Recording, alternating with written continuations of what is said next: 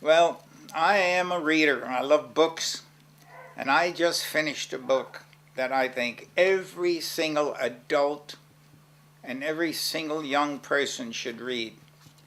It's called The Last Algonquin, a tribe of Indians that were really placed and developed their tribe in the New York City area, believe it or not. And The Last Algonquin is about a wonderful Indian, the last one that died in 1925, the year I was born.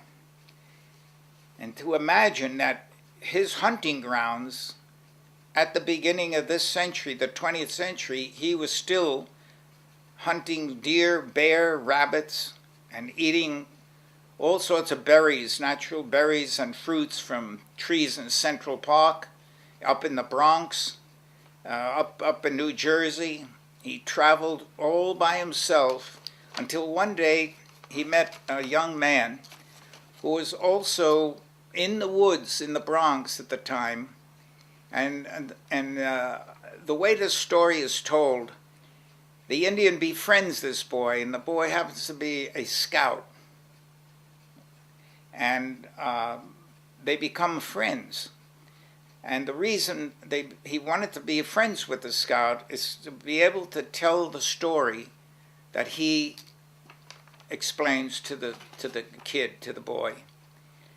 And this is exactly what the book is about. He tells the story of his life all by himself after his tribe had disappeared. It is the most touching, beautiful, poetic. I sent over 125, 150 emails to friends of mine about the book. That's how I felt. And I just want to read some of the adjectives I used about the book. A must for every adult and child. A true story, which is always important. A true story. A ballad of Joe Two Trees. That was his name, Two Trees, and to Americanize himself as he met the whites or the white people in Manhattan and the surrounding areas. He ended his life. They called him Joe for short. An American Indian, last of the Algonquins. A symphony of Indian legend and lore. A saga and awareness of the gifts of our earth. An 80-year-old Indian befriends a 12-year-old Boy Scout to tell his story to the world, an unbelievable story that takes place in and around New York City at the end of the 19th century into the 20th century. Adventures galore, suspense, and sadness. The experiences he goes through with a woman, the experiences he goes through with the white men, and how he tried to become, shall we say, in with the society that was surrounding him, till the tall buildings were starting to get built. And he felt very lonely. And it's all explained in the book magnificently.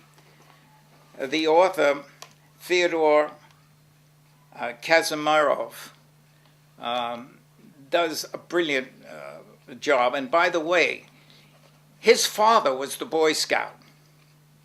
His father was the Boy Scout and carried Two Trees stories to his father, and his father wrote the book. It's not only a great, great, fantastic book in my opinion, but it would make one heck of a movie. And I don't know what more I could say. It's absolutely wonderful.